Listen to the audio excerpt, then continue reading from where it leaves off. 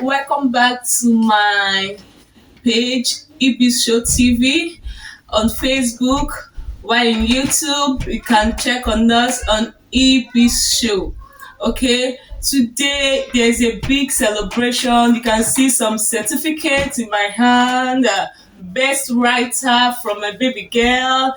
She was the best writer in the school, and they also gave her award, and they said they said they will be publishing this what's it called again, is it poem, Story. the story. They said they'll be publishing the story all over. Like, when they publish something, everybody all over the world will see it. They said they'll be publishing a story, and also they gave her £100.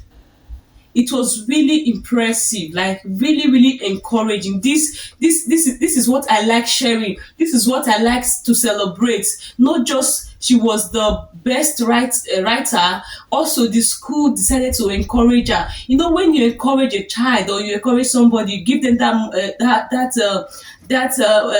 will I explain it now? You give them that motivation to keep on, like to keep pressing, to keep writing, like they feel happy and they want to do more. I'm really impressed, and it is celebration time. Guys, this is the award, and this is the poem she wrote, and she will be reading it to us because me, I've not read about the poem. She did not tell me about the poem. I just surprised, just called me and said, Auntie, I won the best writer in my school, and they are going to be publishing it. So this is the poem, and this is the letter for the money, £100. Oh my god, that's so big. I'm happy for you. So she'll be telling us about the story, just a short brief about the story, because when the school finish publicizing or publishing the book, it will be all over. And you all will also see it, and I'm going to drop it here. Oh my god, I'm really so excited. Guys, let's listen to the story. So, hey, my name's EZ12. My channel will be linked in the description below. I wrote this story about a year, 6 months ago. I didn't think much of it. I had it just tucked into my draft of words. And my school sent a link to my class charts and said, if anyone wants to join this competition, you can. Just click this link and publish your story, submit your entry. And I just said, why not? I did some fine editing. Well, my friend helped me, did some fine editing, and we sent it through. And the story is called Didn't Even Mean It, and I published the chapter Still Here. So, the story is kind of like thriller, mystery genre. So I'm going to be reading it today. Okay, so let's start. I really need this job, okay? Yeah. I look after my sister. She is about 5 years old. Yeah.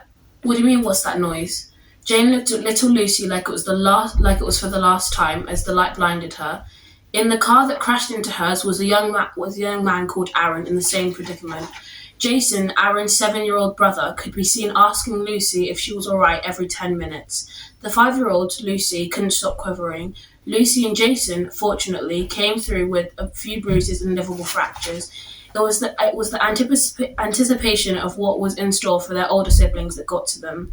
They'd heard the commotion as they were being admitted, and Lucy still couldn't stake the bloody image of her sister. They had been in the OT for too long. The wheels of time seemed to slow down with treacherous moves, with torturous motives. Jason couldn't bear the silence anymore. I'm Jason, the boy said, sticking out his hand to shake Lucy's. Lucy was startled but obliged. Hi, I'm Lucy. I hope they're alive. Lucy gulped as she shook Jason's hand. Her green eyes couldn't carry the silver drops anymore. Jason held her hand as it escaped his being. Their reverie is broken by a sudden frantic scream. They turned, and Lucy's face lost their colour. As a man got closer, Jason took account of the circles under his eyes, his black hair all over the place. It was an overgrown jungle. The man glared at Lucy, and his bloodshot eyes sent shivers down Jason's spine. Said Lucy. Where's that good-for-nothing child? He spat at Lucy. This only made Lucy cry more, rendering her incapable of uttering a single discernible sound. Sir, So so we've been in an accident. My brother and Lucy's sister are still in that scary room. The doctors won't let us see them.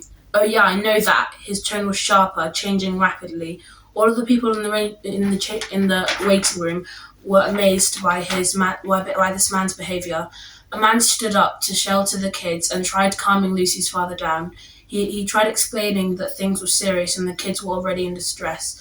Oh, shut up. We all know that serious just means expensive. That's my offspring you have there. Can't get a job and adding to my bankrupt. Sir, are you the father of one of these kids? Asked the doctor as he came out of the OT. Yeah, unfortunately, that girl in there, she's my child. Sir, we can't save your daughter. She's lost a lot of blood. Where's that boy who crashed my car? I'm going to get even with him. It's all his fault, he yelled as he turned to Jason. Yes, this little nuisance brother, isn't it? I demand to see him right now. File charges. The doctor couldn't believe this man, but he was no stranger to all sorts of monsters he'd come across in his profession. That same hospital that has seen countless prayers is also the place that sees chaos and the ugly side of human nature. Sir, I believe there's no need to press charges. There's no one left to press charges against, sir. The boy didn't make it either. Jane had finally gotten the job that could change their lives, and Aaron was moving to their new house, just dropping off his brother back off where he lived with his parents. The debris was colossal. Lucy was left at the mercy of her brutish father, and little Jason today was orphaned in every sense. Their fates were eclipsed as a full moon glistened in transparency. One accident, two children, many consequences. Wow, wow, wow, wow. This story or this poem remind me of those days when we used to do literature.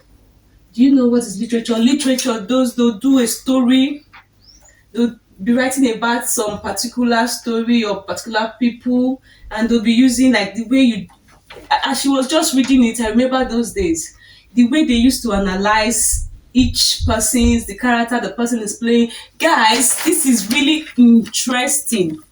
It's interesting, guys. We don't have much time, but this is really big celebration, and I really like the way the school celebrated her because normally I'm proud of her because she has been bringing some little awards to the house, and this little poem she wrote, the way the school celebrated her, I'm really impressed. Not just giving her money, they said they'll publish it and design an award. You know, this award, this golden award for her. I'm really happy for her, and I know she will really go far. Guys, this is celebration. Let's celebrate her. You can go to the comment section to tell her congratulations. Okay, let's tap for this. I like seeing children. I love brilliant children normally. We mingle with brilliant people. If you're not brilliant, you mingle with brilliant people, automatically you find yourself doing well. You understand? You cannot be dull and be, you know, sometimes say, guys, let's celebrate her. Come to the comment section, drop your comment, and when the school finish publishing the poem, oh, trust me, I'm going to drop it in this platform. It's a celebration time, guys. Cheers. So yeah, cheers to more poem. Thank you guys for always stopping by. Thank you for the love. Thank you for the share. Thank you. One love. See you. Bye, guys. Celebrate.